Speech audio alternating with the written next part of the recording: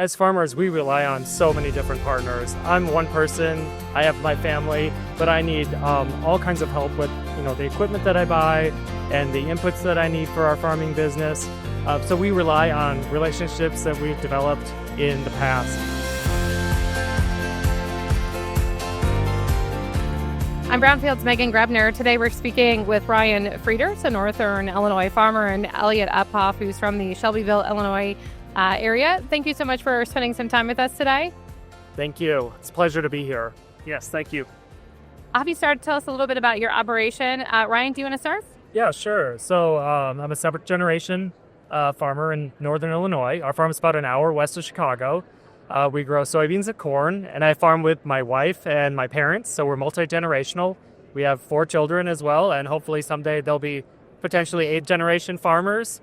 And I've been involved with the Illinois Soybean Association for the past 4.5 years. And currently I serve as the government relations chair, and I also serve on the American Soybean Association as an Illinois representative for that organization. Very interesting to talk about that multi-generation, and I'm sure we'll discuss some of that going forward a little bit. Elliot, tell us a little bit about your operation. Yeah, so Elliot Uphoff, Shelbyville is what we consider our hometown. Corn and soybeans, 5th generation on the farm. I have my wife, Haley, and my 2 daughters. Hopefully one of them would love to come back to the farm someday. That's kind of always the goal. I run a trucking business and a seed sales business, and then I farm with my dad. My grandpa retired a few years ago and is no longer able to help us. And so, yeah, making that transition with just me and dad. And then I've been with the Soybean Association since really 2014. I was a soy ambassador, so got involved, and now I'm a district director. Been on the board for a while. So, yeah. That's awesome. We're going to talk first, looking ahead to 2025. We're not that far, really, if you look at the calendar, ahead of planting season. What are some of the challenges and some of the opportunities that you're looking at in this year? So, yeah, 2025 kind of started out with a bang on the farm, right? With all of the unknowns. I think some of the big challenges, facing farmers right now is the need for a comprehensive farm bill for future farm policy, as well as a clear plan for the renewable fuels program for farmers to continue to use crops as a fuel and decrease our dependence on foreign oil, as well as when we burn the fuel on the farms, provide cleaner air, because biofuels provide cleaner air as they burn versus traditional fossil fuels. And then finally also just the big word of tariffs. So Illinois is the number 1 soybean state in the United States. We have been for 10 years. We're proud of that.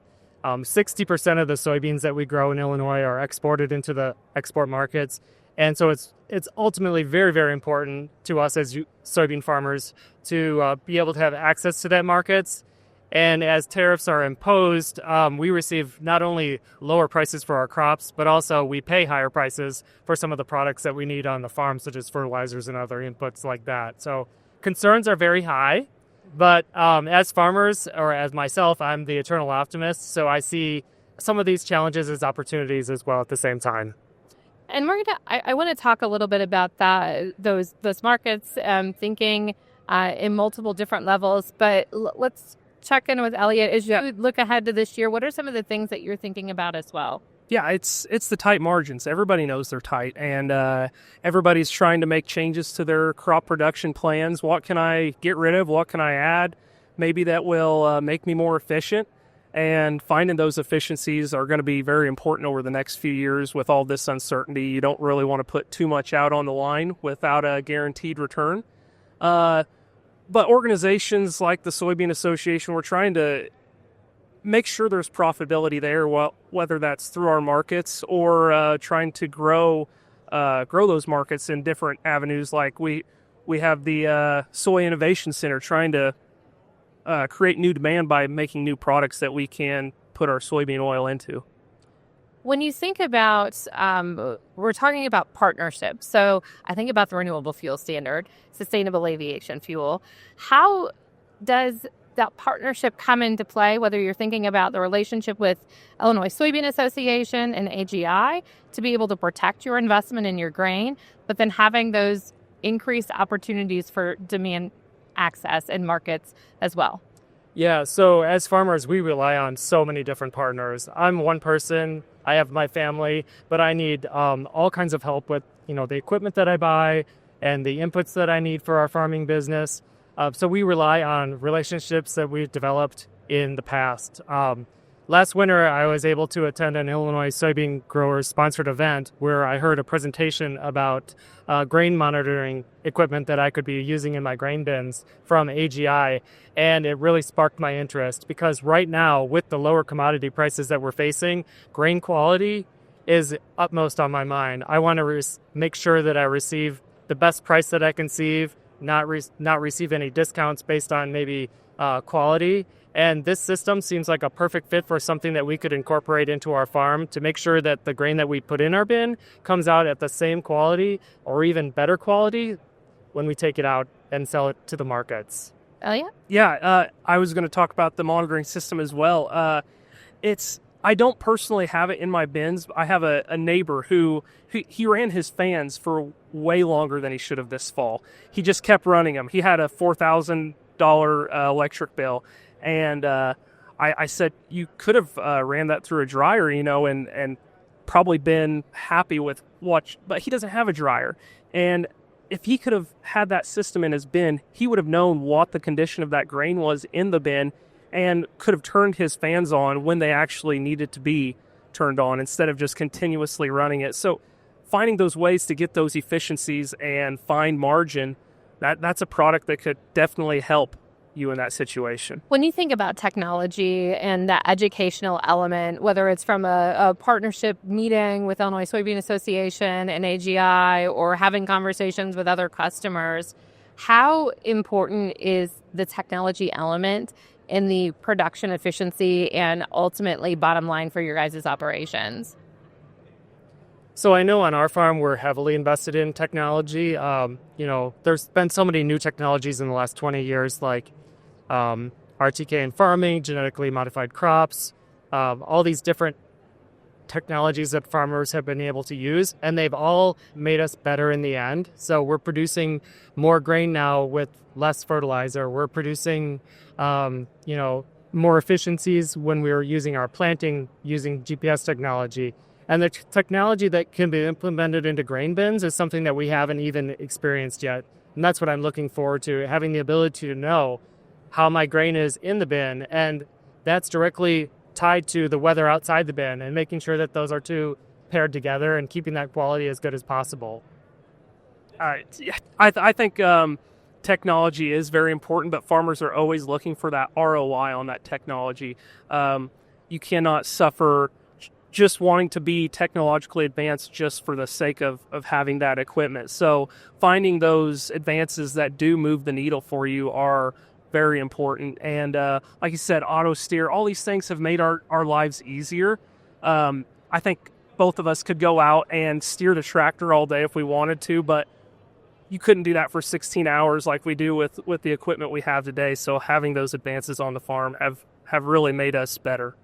And I understand you're both AGI customers, correct? Yep. Yes. Elliot, you want to talk a little bit about the equipment that you have on your operation? Sure. We've always used Westfield augers. It's been a staple on our farm for a long time. They're solid products. And then this last year, actually 2 years ago, I bought a Batco grain conveyor for loading trucks, and it's one of my favorite things on the farm right now. Used to, I would always have to barely crank the gates open, let the grain flow. I never had enough capacity to load the trucks as fast as I needed to. And talking about those efficiencies, getting that one extra load a day maybe helps make my job easier and get done a little faster and have time for more things around the farm. Brian? And we've been using the AGI grain handling equipment as well. We've relied on it because it's easy to service. There's ample parts available, and if we do have a problem, our dealer can back us up and solve it really quickly. So Westfield augers are all of our grain, when it goes into the bins, moves through one of the AGI products to get there. Yep. I would assume that after we went through that time where you couldn't get equipment or parts because of supply chain issues, having that, it's costly to not be able to work, and having access to those equipment and things that may need to be fixed is parts as well as important. Sure. And luckily, our dealer was well stocked, so we have not had any issues getting parts for the augers. And they're so well built that the reliability is there. We really honestly don't have that many issues in the first place. Yeah, we've ran some Westfield augers for a long time without doing really any maintenance to them, other than a couple shots of grease here and there. And you're talking about maybe a bearing here and there or a knuckle, and our dealers always have those on hand, and they're just solid pieces of machinery on the farm. Gentlemen, thank you so much for your time today. Before I let you go, what do you have in store for your farm in 2025? As far as our farm, we're going to continue investing in technologies. We're working hard on our efficiencies and conservation practices. It's very important for us to continue to improve the soil quality. So we've been planting cover crops. We've been reducing our tillage. That protects the water quality, which is really important, and all the natural resources that are part of our farm. And then we're also continuing to look at efficiencies where we're applying fertilizers and making sure that's to the highest degree of usage for the plants and the best genetics possible to grow not only the highest yielding most soybeans in the state, but also really good quality soybeans from Illinois as well. And I'm going to piggyback. I'm a broken record. I keep talking about being efficient, but that it's so important with limited labor in some areas and limited time for us as farmers trying to get it all done in a short window.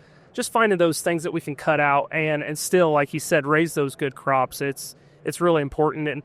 And as I've became more conservation minded, cutting out those tillage practices, doing more no-till, and experimenting with cover crops, I haven't seen those yield dips. I have actually had my yield go up throughout those years, and just gives me more free time to possibly add things on the farm, whether that be adding a sprayer or just other things that you can get to if you're not running those extra passes across the farm. Gentlemen, thank you so much. Thank you. Thank you, Megan. I'm Meghan Grebner for Brownfield.